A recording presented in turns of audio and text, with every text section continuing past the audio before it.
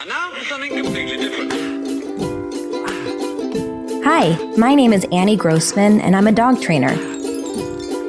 This podcast is brought to you by School for the Dogs, a Manhattan-based facility I own and operate along with some of the city's finest dog trainers. During this podcast, we'll be answering your questions, geeking out on animal behavior, discussing pet trends, and interviewing industry experts.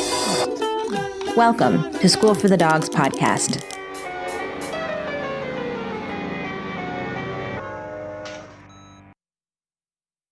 So, listeners, I am joined today by someone who started out at School for the Dogs as a client and then became an apprentice and then became a trainer, and along the way became one of my very, very good friends. So I am happy to have any excuse to talk to her. Anna Ostroff. Hello, Anna. Hi, Annie. Awesome to be here today. And I totally agree. Any excuse to talk to you is also awesome. Remember when you first started, Anna Marie was with us, and it was like Anna, Annie, Anna Marie. Oh my gosh. Yeah, we had so many A names at that time. That was crazy. And then we had Addie. It was like... Yes. Allison Joy. Yeah, We had so many A's.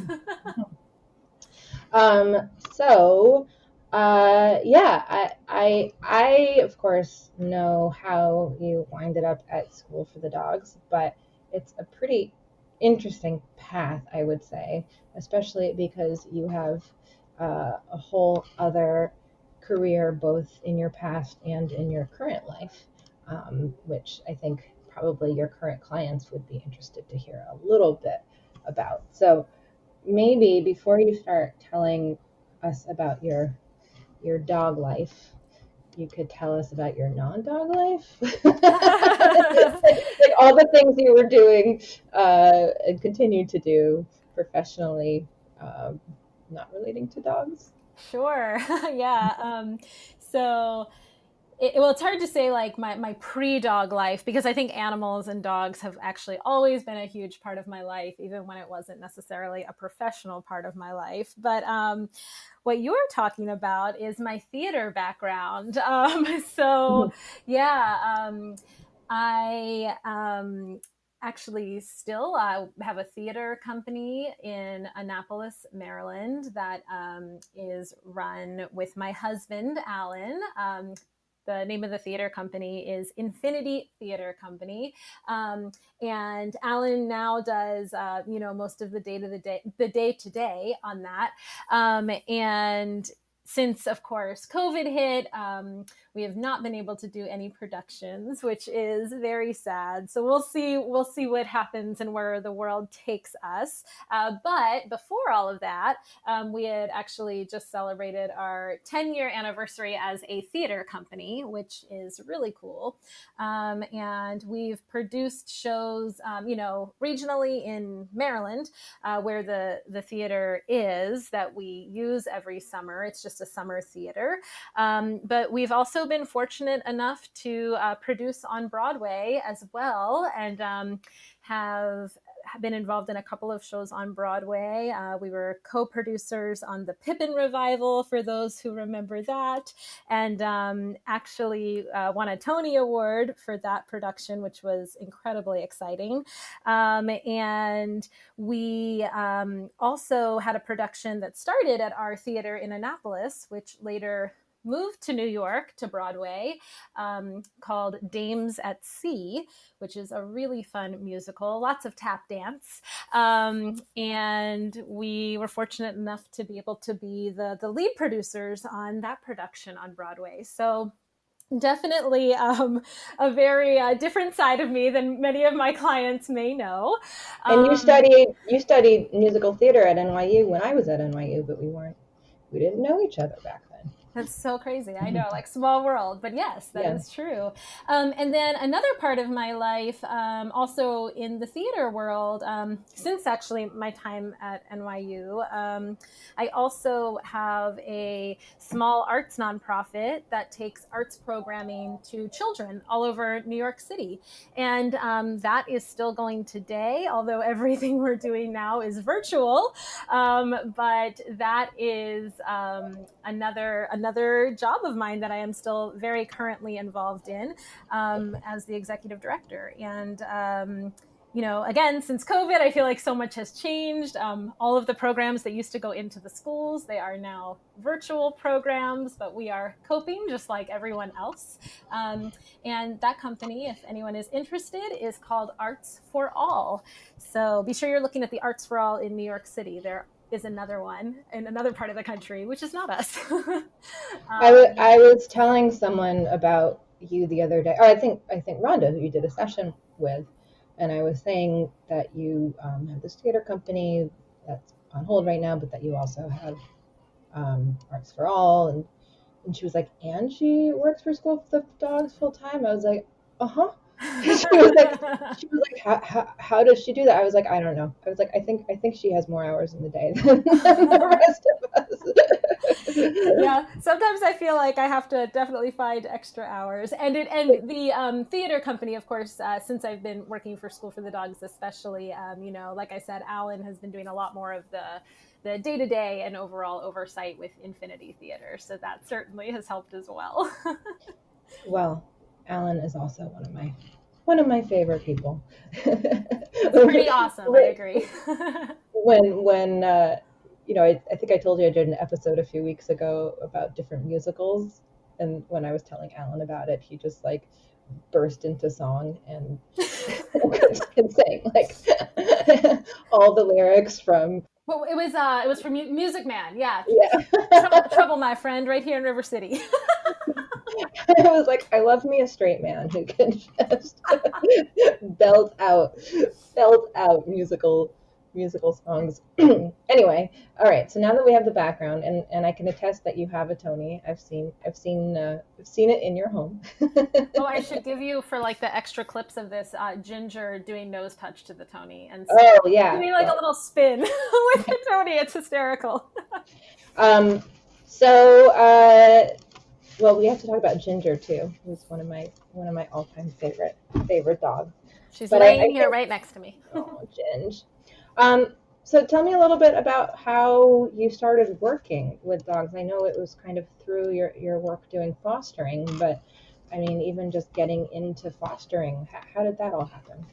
Yeah, so I have always had a huge love for animals. I mean, animals have always been a part of my life. I mean, even when I was a kid, I wasn't just the kid that had like a dog. I was the kid that had like a dog, 2 bunnies, 5 hamsters, 2 birds, and then bless my amazing mom, who actually, of course, ended up like helping me to take care of all of them.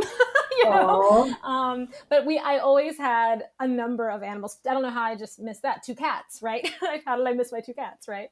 But so many animals growing up, and I've always been, I care so deeply for animals. And when I was a little kid, I think in my mind, I always thought I would be a veterinarian when I grew up. But I obviously found another way to be very involved with animals, and especially dogs. So I initially, I guess I would say like the journey kind of started with a foster dog that Alan and I had named Seymour. And this would have been probably like 2010, 2011, I think 2011, I think. And we were thinking about getting a dog, I guess, at the time. And we were like, well, you know what, why don't we foster a dog and see how that goes, and kind of help out a dog that's in need, basically. And that seemed like a better route at first, being in New York City and having a lot going on in terms of our life. We were actually just starting our theater company around that time too. So we thought, fostering a dog might be a better route right now than getting a permanent dog, and we'll kind of see how that goes. And he was definitely like my first, I don't know what to call it, like I guess my master class before I was ready to take a master class in dog training. Well, how did you even figure out like where to foster a dog, how to do it? So we just researched different places, and just decided to, I think we just kind of decided to walk by one and meet some dogs. It was kind of that, it wasn't this big thought out plan beyond kind of knowing we wanted a dog, starting to research different rescues and places that were looking for fosters. And so, well, I guess with Seymour, his home was never meant to be New York City. He was, first of all, love this dog. Still have such a dear place in my heart for him. I'll get to the part about him ending up in a perfect home for him, but he has since passed away, but I'm still in touch with his, the person who ended up adopting him. We were still in touch, and he had an amazing, loving home. But basically, he was a 90-pound leash reactive dog in New York City. And as a first foster, you can imagine that's a challenge, Well, yeah, I mean, I'm surprised that a foster agency was like, take this dog. Well, he started out as a 40-pound, 6 months old dog who was very sick when we got him, with no energy. So, it's these things that you learn after you have a dog in your home for a little while. I, at the time, actually, now that I'm thinking back, it's funny because this would have been right around the time you and Kate were starting School for the Dogs. And how I wish I knew you then, right? But, we were really fortunate. I'm just so grateful that my first kind of, I guess, exposure to a professional dog trainer was a force-free positive reinforcement trainer. Certainly, I guess I could have ended up with anyone, knowing Alan and myself, I think that we also kind of had an idea of the type of trainer we would have wanted to work with. And I definitely think just kind of our gut would have told us that, anything that was really scary or forceful or mean to our dog was probably not the direction we wanted to go. But there's a lot of trainers out there, and I'm grateful that we ended up with a trainer who is actually able to give me a more scientific look at this world of force-free training and positive reinforcement. Drayton Michaels, right? Yeah, Drayton of Urban Dogs, and he's got 2 companies actually, Urban Dogs and Pitbull Guru is the name of the other company, which they are based out of Red Bank, New Jersey. And I feel really fortunate because actually we had tried a group class with this sweet boy who was very misunderstood. And it was just such a horrible setup for him. He could not handle it. And he was a dog who wasn't just intensely leash reactive. He was also a dog who would redirect on the handler. And, if something really overwhelmed him, he would redirect and potentially bite the handler, So he was definitely a handful. And, it's so funny thinking back because that group class was such a poor fit for him. And now one of my main group classes that I teach is Sidewalk Psychos, and it's like, I know exactly how that class should have been set up for him to help him. It was not what it was, but we luckily found a private trainer that was a much better fit to help him out. And I thought what was also like just kind of really cool when I was working with that trainer, there was actually a few people who were not willing to work with poor big Seymour, and definitely didn't want to attempt like any dog interactions or anything like that with him because he was still leash reactive. And Drayton said, I'm not sure about that actually. I think we should see how he does in a just kind of big open play space with a couple of dogs I know really well. He might just have leash reactivity and he might be okay off leash, right? And so Drayton gave him a chance, and we went out to Red Bank, New Jersey, because there was no opportunity for Seymour, to do like a play group here and in the city. And he did really well in that play group. So it really was all about that leash frustration, that barrier frustration, which of course I am well aware of now with all of the many, many clients I help with leash reactivity. I think I always think back to Seymour because even though he was a foster dog for us, and this was still significantly before I was professionally dog training, he was definitely my start into the world of dog training when I kind of look back at my whole journey. And ultimately, we realized that we needed to find him a home outside of the city with someone really, really capable. We had him for about, I think, 7 months, maybe. And we found him an amazing home in North Carolina. We drove him down. We stayed down there for a week to be sure it was going to work out.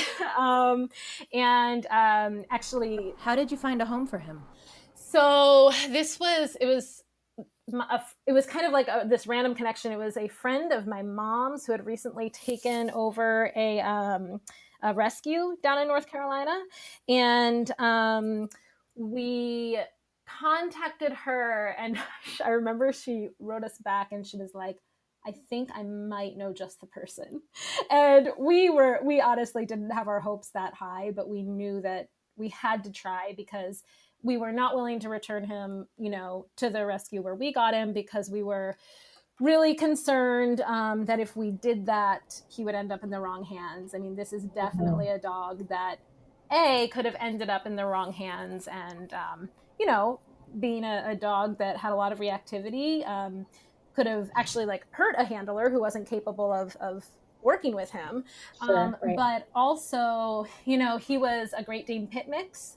And we think that was kind of like our best guess at least. And I was really concerned also, just given that somebody would take him and try to do something awful with him, like trying to turn him into a fighting dog because he was a big dog. And he was, all this stuff I'm saying about him, he was also a very, very sweet soul, right? He had all this pent up energy, all this leash reactivity, but was also a dog that we loved very much, and we really wanted to see him thrive and end up with the right person. So so we found this wonderful person.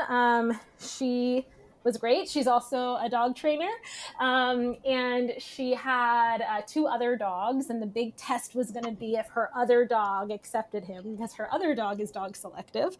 And surprisingly enough, that day that we all met up, we went for a walk all together, and he let Seymour walk alongside him.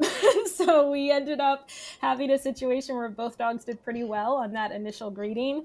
And, she's awesome. She's really careful. She brings in a lot of fosters to her home too. So there were times where it wouldn't just be Seymour and his 2 first siblings, but there'd also be a 4th dog, which was a foster rotating through.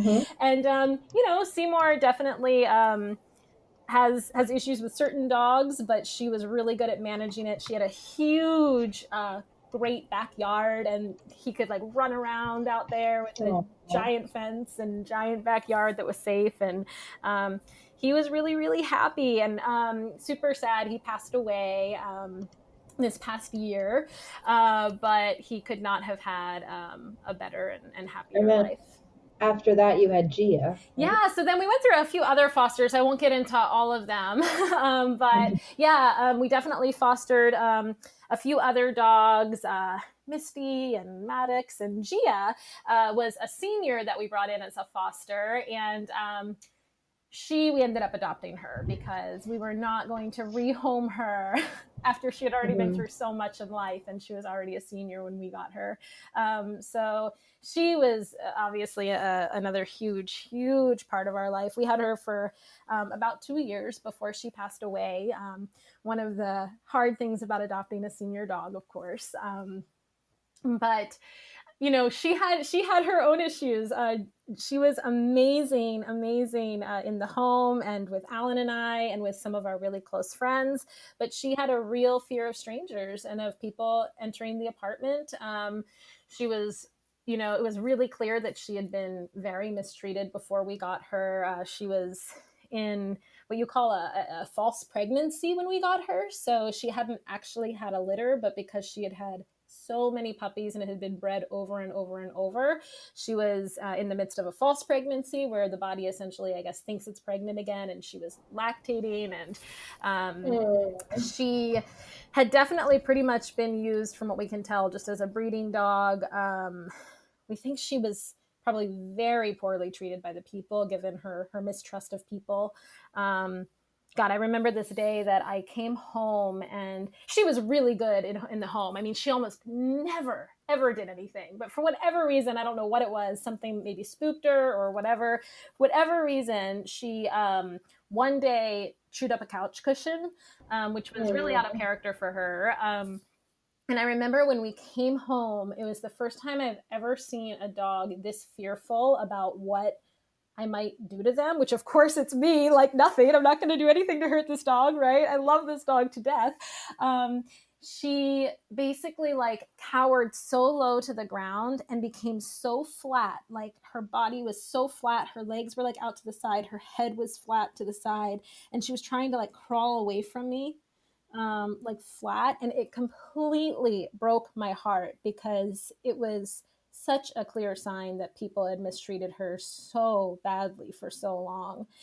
And we were just so happy to be able to give her a really awesome last couple of years of her life. I mean, she became family so quickly. She was just this dog we loved so much. And I think about her all the time. I still like go back and look at pictures. I still have like a primary, like I think it's one of my wall photos on like, I mean, not wall, but like on my phone, you've got your two photos, your two main photos that come up, and she's still on there. I've never been able to delete her. So yeah. And now you have Ginger. And now I have Ginger, who I can't believe is 5.5 years old. Also a rescue. We got her when she was 6 months old. And she's the best. I love her. Ginger. Ginger is like, well, for one thing, like you can't not love Ginger. Like everybody, dogs and humans alike. But I remember when she used to come to day school, she was just like Miss Popularity. Like all the dogs wanted to be her friend. Yeah, she's awesome. And as you know, Annie, with Ginger, we have other things we work with her. Her biggest thing is that she has a lot of urban anxiety. So I did a podcast, for those of you I guess who haven't heard it, with Annie not that long ago about how to teach your dog how to potty inside. I have firsthand experience with that because Ginger does have a little specific bathroom that she has indoors, just so that we can cut down on how often she has to go out to the scary world of sirens and skateboards and people screaming and doors slamming. Right. Well, I use you as an example all the time when I tell people about how it's possible to modify the environment in order to accommodate a dog. It's not necessarily easy, but it can be done. And you're, I think, a stellar example of how you can like create a world that your dog can live in within the human world that you're asking them to live. What's interesting about Ginger is she wasn't always like that. She kind of had like a shift, didn't she? Well, she was definitely always nervous about outside. I remember the first day that we got her, she was afraid to walk home, but she definitely kind of rebounded a bit from that, where she was like nervous but could bounce back from things. Like she could do decently long walks and stuff like that. Absolutely. And I remember the day that I think this big shift started. And I've told clients about this because I talk all the time as a trainer about how in adolescence, our dogs can go through these second fear periods.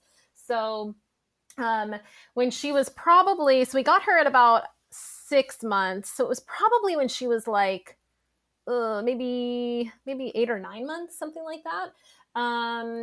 Where there was this day that we were walking and a skateboarder kind of like flew up on the sidewalk and almost hit us. And I just remember she just became this like She was so afraid. I was so angry at the skateboarder because we had done so much good work, with New York City and getting her to feel better and safer.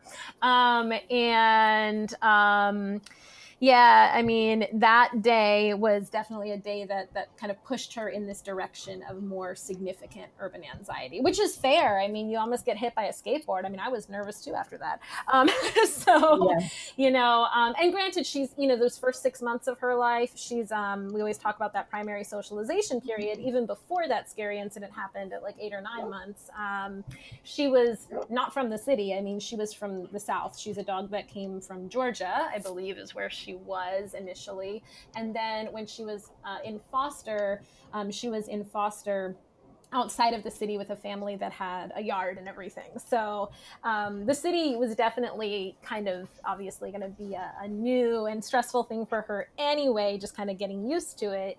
But even kind of after we had started doing some of that work to really desensitize her to the city and counter condition all these scary things around the city, and it had been going quite well. That one incident that I think very likely would have fallen kind of very close to probably when one of those fear periods was happening, really definitely kind of set her off in the wrong direction of how we wanted her to feel about New York City, that's for sure. So at what point did you think, gosh, maybe I should become a professional trainer? Well, so kind of when we were talking about all of those fosters and everything, the first dog was not from here, but I had been passing the Mighty Mutt's adoption group like every Saturday for years in Union Square. That's the dogs that are often out there at Union Square, have not been out much since the pandemic hit. But there was many years before we fostered Seymour that I was like, oh, I really should volunteer for them.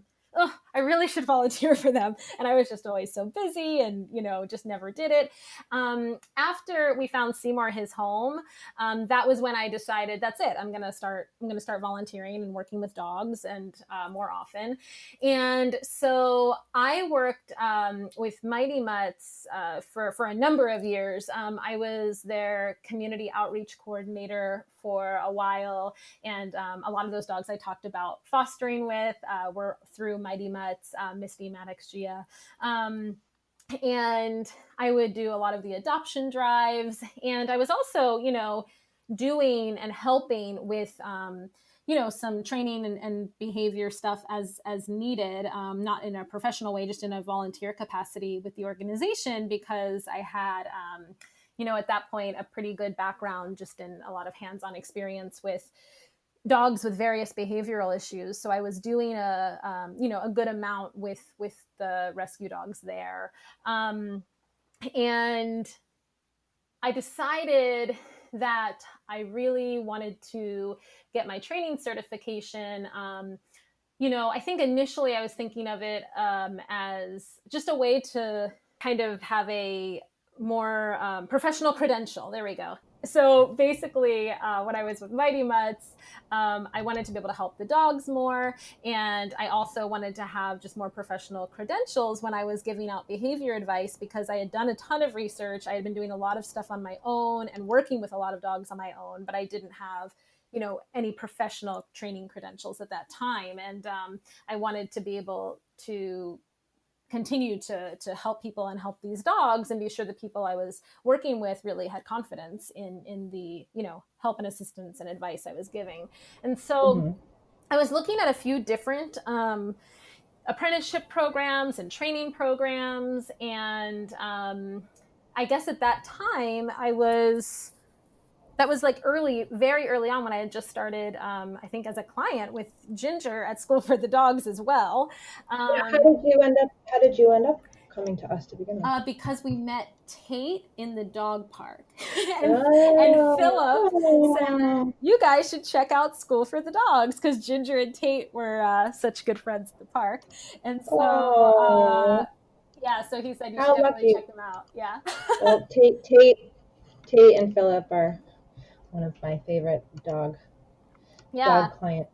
human clients. They're awesome. And that I never know whether to call the person the client or the dog or the client. I know. I intermix it. I do all the time. I change it all the time. I don't know either. I guess they're both our clients. But yeah, I was so grateful that Philip, because I didn't know about School for the Dogs at the time. And I was so grateful that Philip introduced us. Yeah, Tate was Ginger's first boyfriend. So,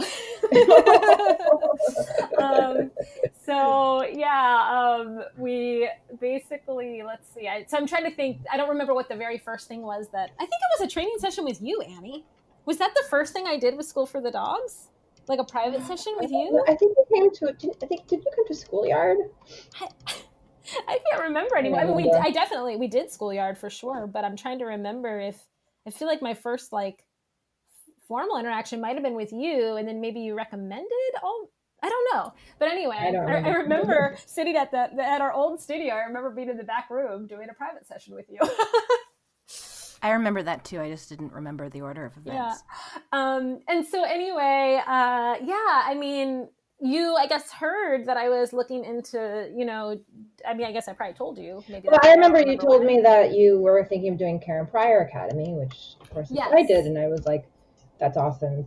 You should totally do it. I think you asked me for a letter of recommendation. And I said, of course, I'll give you a letter of recommendation. But, we've been talking about putting together our own program, and if you're willing to kind of be a guinea pig, we can try and put together a program that will cover the same territory as KPA, but also be able to offer you a lot more hands-on time with a variety of dogs, because having done Karen Pryor Academy myself, that was definitely like something that I felt was missing, was like actually getting to like watch trainers work in person, watch classes, sit in on classes, sit in on private lessons, and just like work with dogs. Because at that point we'd already been doing day school, I think, for a couple of years, and day school, which is our drop-off program, seemed to me like such a great moment for aspiring trainers to be able to learn about training, because owners aren't there and trainers are there working with dogs like 2 or 3 at a time. So I just felt like, if we could get aspiring trainers into day school, it would be a really nice way to show them how to work with different dogs without the stress of having to be working in front of an owner. Because like it's two different things, right? Like you have to learn how to train dogs, and then you also have to learn how to communicate it to people. And learning both those things at the very same time can be tricky. I don't know. Have you found that?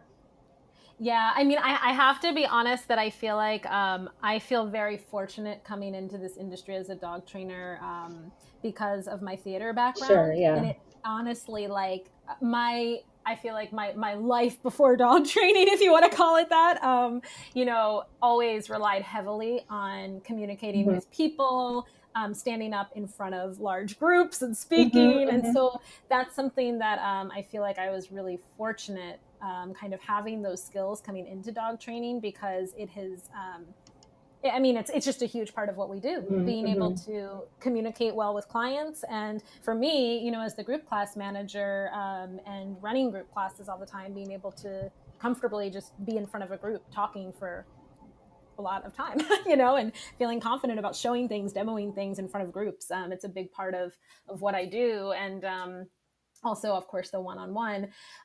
But yes, I mean, they are certainly two different skills, right? You're totally right. It's two different skill sets that you have to feel equally awesome about to feel confident as a trainer, and so that was what you said, Annie, is definitely was the selling point for me in terms of deciding, let's do this certification with School for the Dogs, because I already really like the people, but it had to do with that hands-on experience I could have with multiple dogs. I had worked with, obviously, a ton of dogs through my rescue work.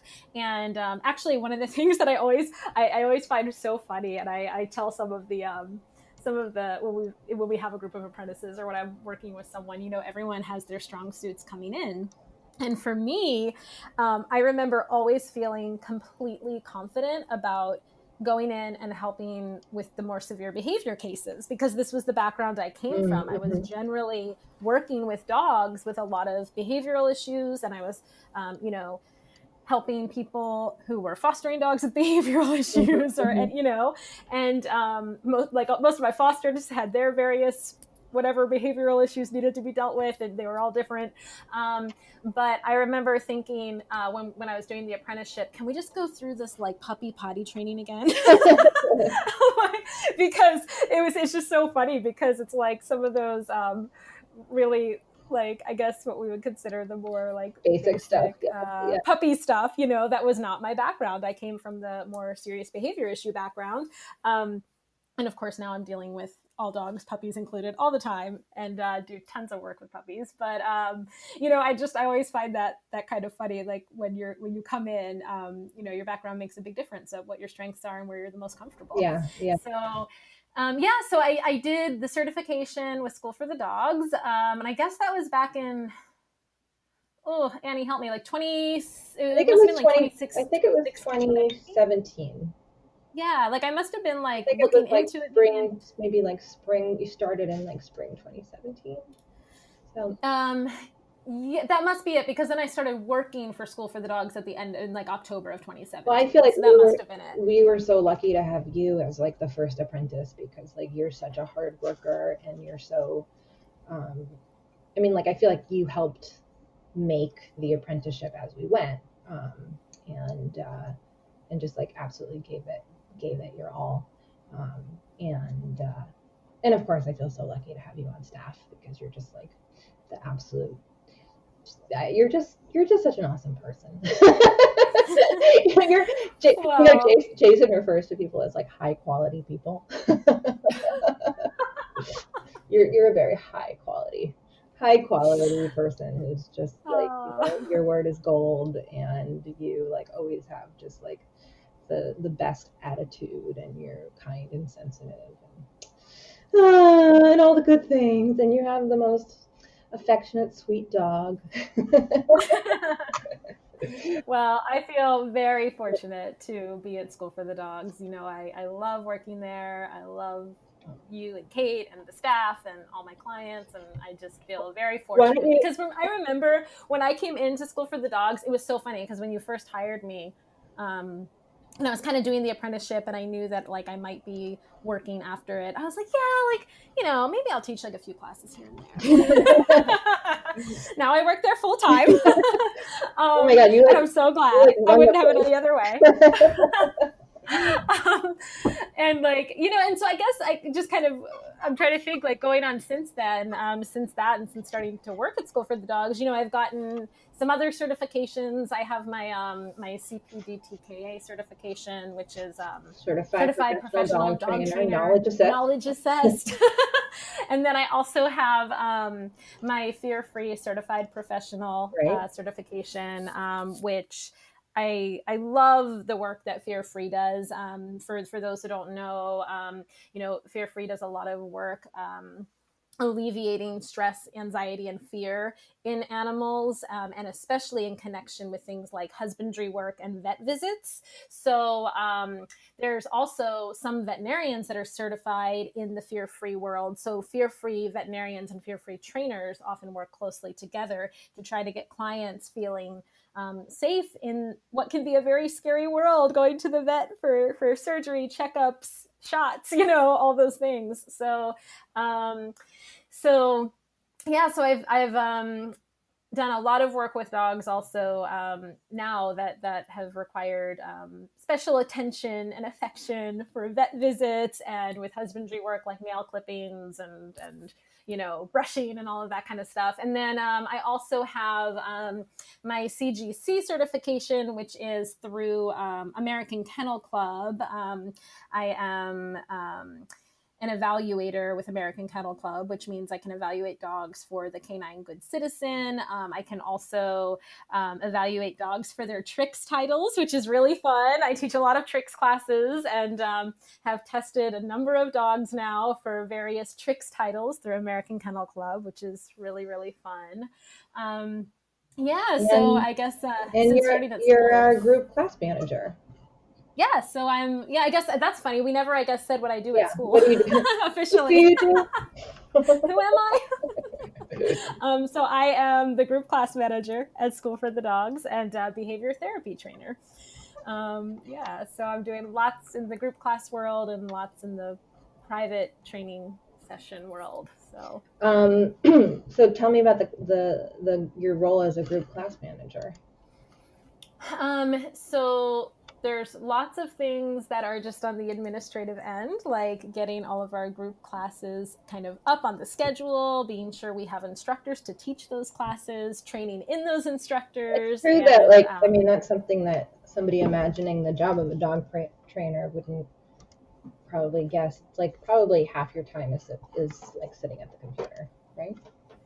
Yeah, I mean, definitely, there's lots of hands-on time, but for all that hands-on time, we have to do the administrative work to be sure that hands-on time can happen. And I think one of the things that's also really unique and special about School for the Dogs is the time and attention we take to send really clear follow-ups to our clients. So it's not just that like we see a private client and that's it until the next time we see them.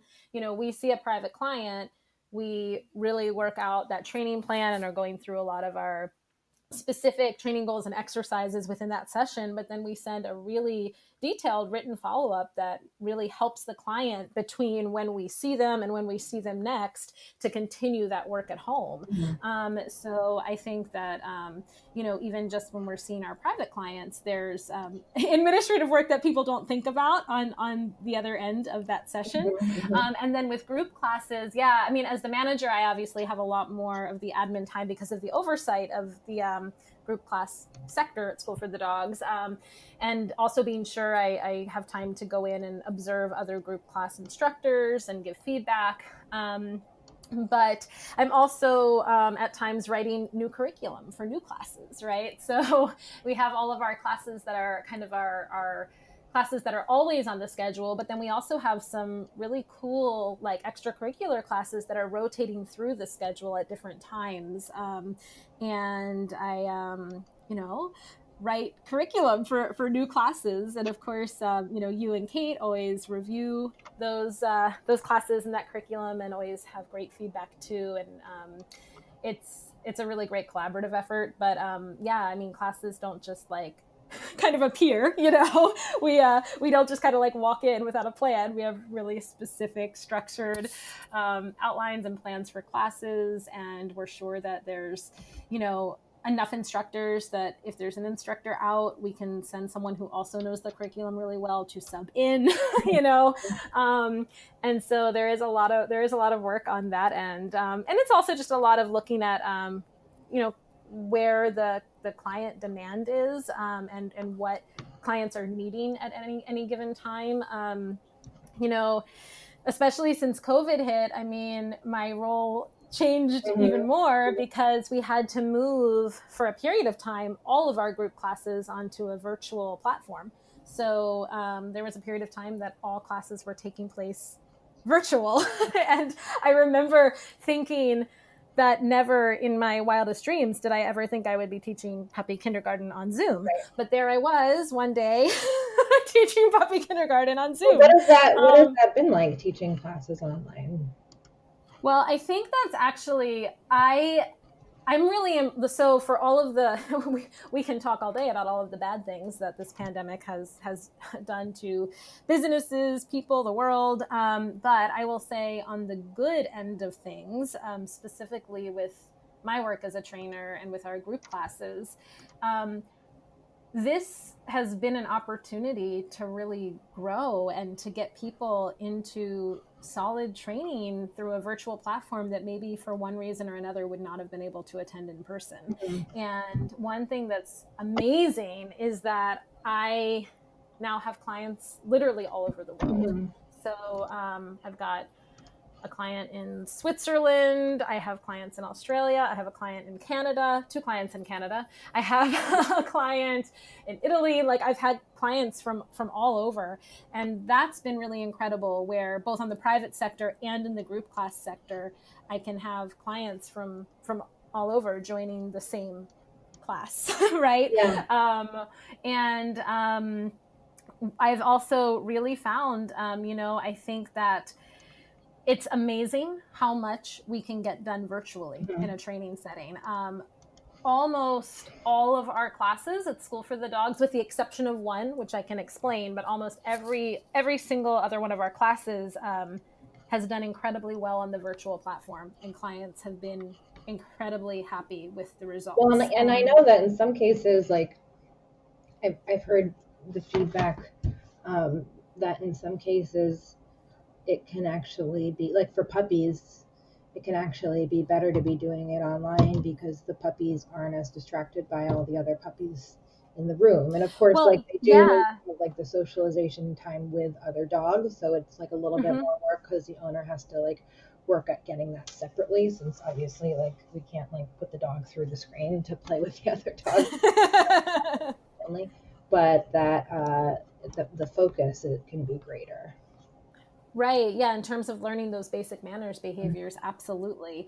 And I also find what's really interesting is that there's certain dogs that maybe couldn't successfully be in a room with other dogs for other reasons, like maybe they're, really dog reactive and would never been a candidate for tricks class. But now I can have incredibly dog reactive dogs in tricks class, and they really thrive, and it's such a confidence builder and a great outlet for energy if they're a dog that can't go on like super long walks because they're too leash reactive, for example, but now they can do all this awesome training at home, and all these cool new tricks, and like they can learn, parkour is a class that's been done virtually and in person.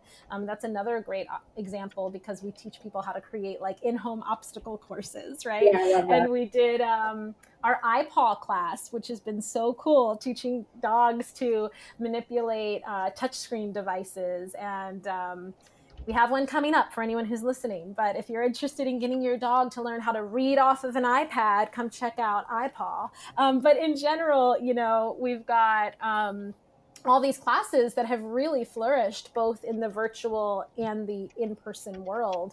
The only class that we determined was not a good fit for the virtual world is our Sidewalk Psychos class. And that's because that class is specifically designed for dogs who are dog reactive, and a huge purpose of the class, I won't say the only purpose, but a huge purpose of that class is that they are in an environment and are learning to work and feel comfortable in a space with other dogs. So that was the one class that we determined we would not offer as a virtual offering. But yeah, all of our other classes, there's now opportunities both virtually and in person. We are back in person, which is wonderful. I wish we could figure out, I still wish we could figure out some way to offer our Sidewalk Psychos virtually, but maybe it's just more of like a seminar or something like that as opposed to. Well, we did start our reactive dogs. We have a reactive dogs workshop. So for people who are kind of in that category looking for something virtual, when our workshop comes up for leash reactive dogs, that's kind of a good one-off virtual option to at least get some skills, kind of started so that you can get working on some of that. But that's been a pretty popular workshop, and at least we've been able to offer that one-off opportunity periodically throughout this time when so much is virtual.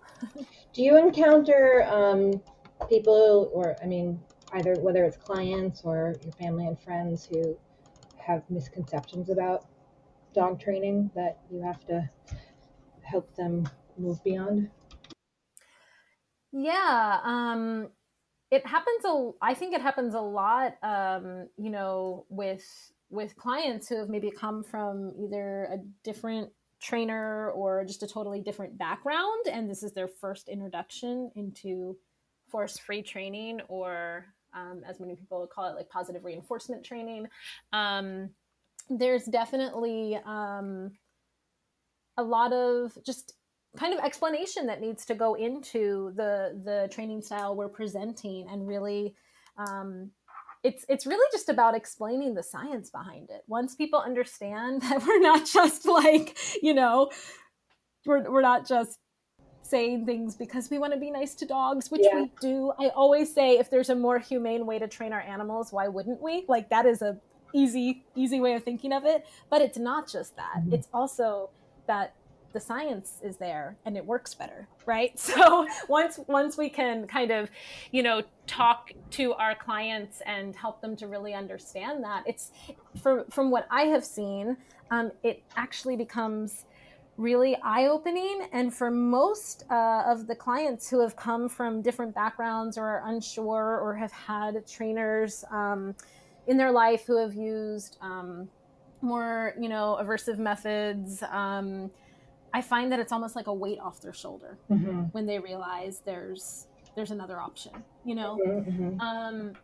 and I think that, I think one of the things too is I think that we just have to really realize that,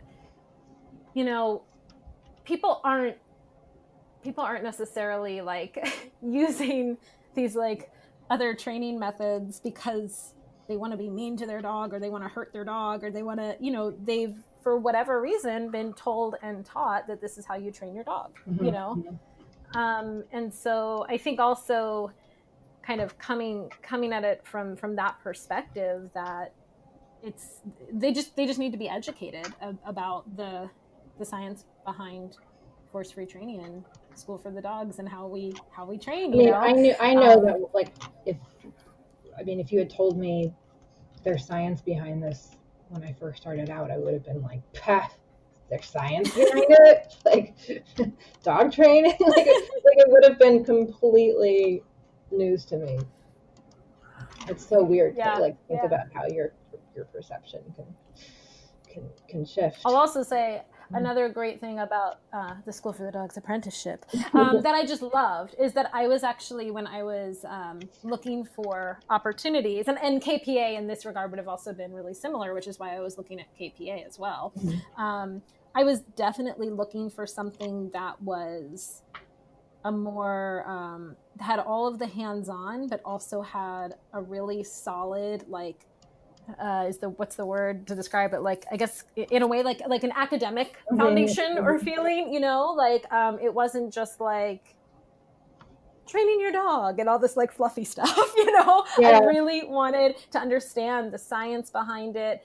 I wanted to learn more about behavior modification, and not necessarily just with dogs, but in animals and humans all alike, right? And I think that was something that also really drew me to working with School for the Dogs, is and specifically specifically the apprenticeship, because it really had that model that it wasn't just going to show you what to do, it was also going to really kind of dissect the why behind everything. It's interesting. I loved doing KPA. Like, it changed my life, and I learned so much. And like, it was, for me, I know a lot of people do it when they're like pretty far into their careers, or as for me, it's an incredible program. For me, it Absolutely. was like a complete introduction. Like, I went in knowing nothing.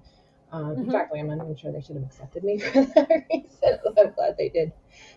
I'm glad they did too. But I left that program feeling a little bit like, okay, now I want to read some big books. Like now I wanted more.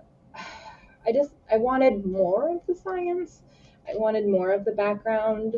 A lot of the program, at least, again, it was like more than 10 years ago now, so I think maybe things have changed, but a lot of it was like, it was a lot of reading, but it was a lot of reading of like basically PowerPoint presentations where there was 2 sentences on the page. So it would be like a unit might have like 900 pages, but it's not really 900 pages. It's only 2 sentences on the page. And I remember leaving that and like, just like, I kind of knew about B.F. Skinner, and I kind of knew it like related to B.F. Skinner, but I remember just being like, I want to know everything there is to know about like Pavlov and B.F. Skinner now, and really kind of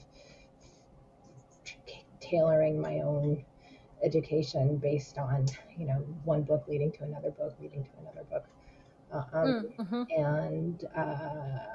and sort of finding a path and through that. And also, like, the world of dog training, there's so many great conferences and lectures, and like there's so many journals. Like, if once you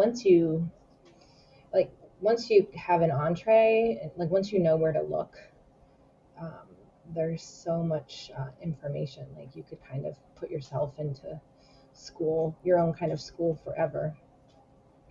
Yeah, it's true. It's true. Which is certainly fun. Tell me about some of the fun tricks that Ginger knows, and also how would you explain Ginger? I mean, if I had to give one detail about Ginger that I love, it's like the way she like picks up a toy whenever like you enter the room. She does. She does. I think about that as actually clients sometimes ask me when their dogs get overwhelmed. I have some clients' dogs who pick up their toys and they're like, "Is it okay that my dog is carrying around this ball or something like that?" And I'm like, "Absolutely." Like that's if your dog is choosing such a polite behavior to contain themselves, that is like really awesome, Do you think there's like a analogous thing that people do? I think it's kind of like, oh, well, maybe this isn't the best example. I almost think of it like, no, I don't think this is right. Like I'm thinking like a pacifier with like a baby or a toddler as like a soothing mechanism, which I think it is that, but I don't necessarily think, I feel like we usually give a baby or a toddler a pacifier like when they're really upset, which is not the case with Ginger. She's picking up that toy when she's really excited to see someone usually. But she'll sometimes pick up her toy when she's unsure too. Like if she sees someone like, if we're visiting my mom and it's like across the yard and she's not sure who that is, she'll like pick up the toy, but she also does it like when Andy comes over and she's super excited. So I think of it as like, for her, it's almost like I have so much emotion and feeling about this moment in time. I'm going to grab my binky to contain myself, right? Just to keep myself a little more under control. So it's almost like she's doing the work for me. Because honestly, it's true too. If she has a toy in her mouth, she doesn't tend to jump up on people. If she doesn't have that toy, sometimes she gets overexcited and will jump up, right? It's always a behavior that we're talking about with clients. How do we instill polite greetings? How do we teach our dogs 4 on the floor, right? And so Ginger has kind of, trained herself how to do 4 on the floor. All she needs is a toy. And so I know if somebody is coming over, I have a toy ready to hand her. So she grabs it if she's not close enough to her toy box. And it like really helps contain that level of emotion. So yeah, it's really cute. It's really adorable. Cute. I love it. It's really I love cute. It. And she also like loves to touch, like with her paw. She does. She loves paw targeting and she loves nose targeting, which she'll do on her own. It has also led to a repertoire of tricks. But yeah, like her way of like trying to get you to scratch her head again, like she'll be sitting next to you and it'll be like a gentle paw on your arm. Yeah. You're so funny. Or sometimes she'll like nuzzle her nose like under your hand so you scratch your head. Oh, I know. Oh, Ginger. I actually just posted about this, speaking of which, in our new community app. We're always talking about how reinforcers are many things for our dogs. We use food a lot because most dogs like it, but it's certainly not the only reinforcer in the world. There's so many reinforcers. And so I have been training Ginger to cover her eyes on cue using only head scratches as the reinforcer. And it works really well because in the mornings, she kind of does this behavior anyway. And so I've been able to capture it in the mornings and I've been able to scratch her head after, I can mark and scratch her head after every eye cover. So you can check out the video. I just posted it in the community app. So she covers her eyes with her paw? Yeah. Aww. I'm putting it on the cue, embarrassed. Well, our student Roma.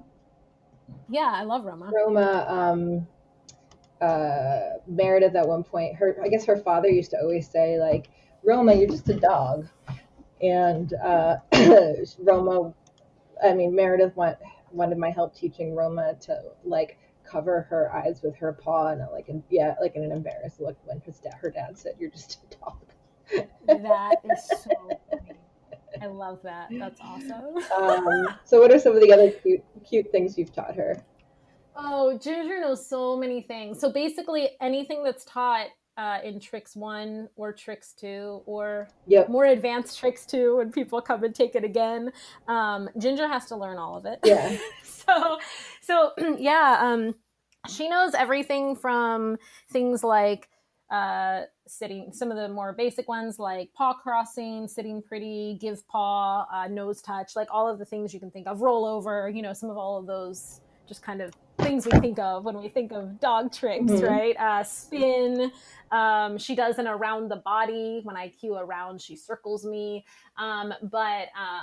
Yeah, she also knows more complex behaviors like cleaning up her toys. So I can cue a clean up and she'll pick up a toy and put it in her basket, or many toys if I need her to, and put them in her basket. And she can open and close drawers and doors. We have a little drawer in one of the rooms that's stuffed with her toys, and it's got a handkerchief tied on it. So whenever she wants a toy out of that drawer, she has to open it herself. And she's very good at it. Once she realized that got her toys out and we would start playing or start something, she's very good at that. She will go on like massive scavenger hunts for like a find it cue. I gotta actually be careful. I just said it. She might pop up. Like we can hide things literally anywhere, and she will go on a full scavenger hunt around the entire apartment until she finds everything.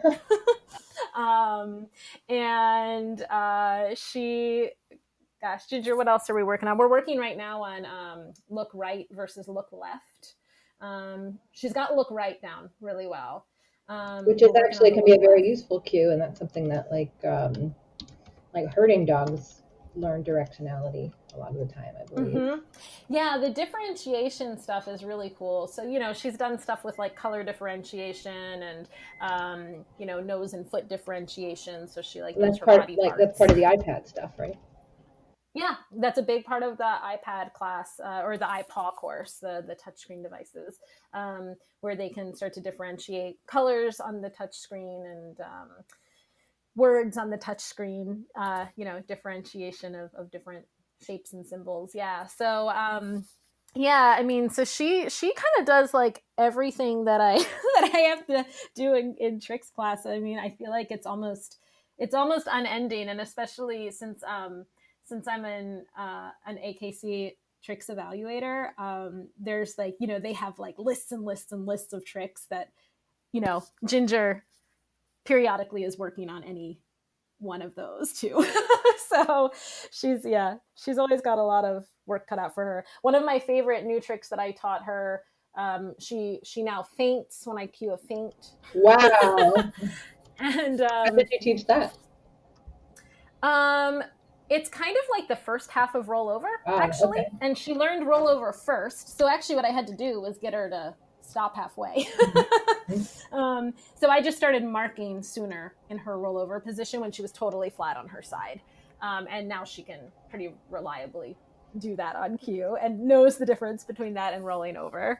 And I also, actually, I think a lot of dogs maybe learned this a little sooner, but I just recently, and she loves it, I just recently taught Ginger to do a play bow on cue, which has been really fun. I had taught a lot of other dogs that, and then it just like all of a sudden I was like, oh, I never taught Ginger this one.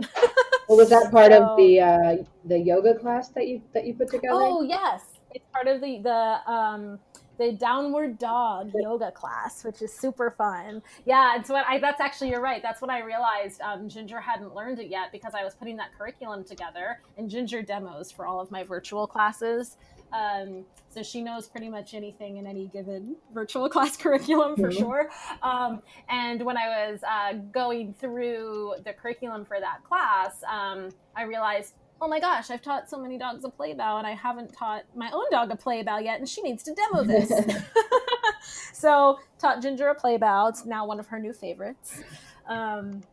Yeah. So she knows lots and lots of fun tricks. She loves tricks training, and it's a great outlet for her because, she can be a very nervous dog, especially with like the urban anxiety. And I think tricks training, aside from it just being super fun, it's also a really big confidence builder for dogs. Yeah. So. Well, yeah, because it like gives them some control over their environment, even. And I explain it like it helps them improve their vocabulary. Yeah, totally. Rather than just like, crying or barking or jumping, they have all kinds of Yeah. other ways that they can communicate, like, hey, this is what I need, even if they're doing it by doing something silly. It's like a way to still communication. I think one of my favorite things is Gilby, one of our other favorite dogs in the world. He learned to spin in tricks class like forever ago, and he demand spins. So instead of demand barking, demand spins. It's like one of the funniest, cutest things in the world. And I'm like, well, you know what? Like, would you rather a dog demand bark or demand spin? That's a pretty that's a pretty good alternate behavior there, right? But yeah, I think that tricks training, it definitely can build confidence. And I think another thing that's great about it too is, especially if you have dogs with like any kind of various behavioral issues, I think sometimes guardians can just get so stuck in that, like the problem they have to fix with their dog. And I think it can get so stressful, and doing something as simple as like an extracurricular class like iPod, tricks, parkour, doggy yoga, any of those things, I think it's just also so much fun for the clients to see really tangible and fun results in these classes. And while that's happening, because the client is having so much fun and the dog is succeeding so well, you see the bond between the client and the dog get stronger, and the communication between the dog and the client gets stronger. So I actually think tricks training is I think it's great to do with any dog, but I really find, some of our dogs with, various behavioral issues can also really benefit from it. They might not do the best in an in-person class if their issue is with other dogs, but they could do really well, for example, now that we have them as an offering in a virtual tricks class. So where there's still like, you're also able to give one-on-one attention, because it's funny, like I know from teaching classes, like it can physically be a lot of work to have to go from like one corner of the room to the other corner of the room to the other corner to the other corner. But when like you're doing virtually, like they're all right there in front of you, right? Yeah, they are. And I do, like in my classes, I do one-on-one attention with each dog, but you're right, I can see them all as needed at the same time, which is awesome. But I always tell the clients in the first class that just like in an in-person class, I'm going to go around the room, after I demo, that I'm going to kind of come around and help each of you with your own dogs. And so everybody really does get that, really solid one-on-one attention, just like they would in person. It's just from their living room. Yeah. Well, Anna, I'm thrilled to get to spend any amount of time on the phone with you. So thanks for taking this time. Yeah, absolutely. This was super fun. Just so glad to know you. You truly have become one of my best friends, and Definitely. I am honored to get to be your boss as well. You can book a session with Anna or sign up to take any one of her amazing classes, either in person or online, by going to schoolforthedogs.com/services.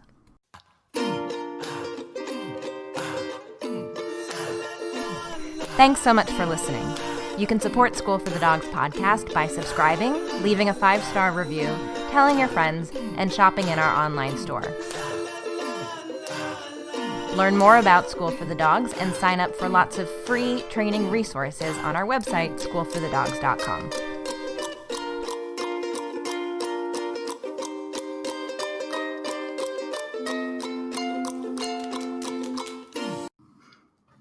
Hey, thanks for listening. I just wanted to mention that not only does this podcast come out on Fridays, but also on Fridays we do a giveaway on Instagram every week. So go over to @SchoolForTheDogs on Instagram to enter. You can enter anytime between Friday and 6 p.m. Eastern on Sunday. We give away our favorite products from storeforthedogs.com. So head on over there and good luck.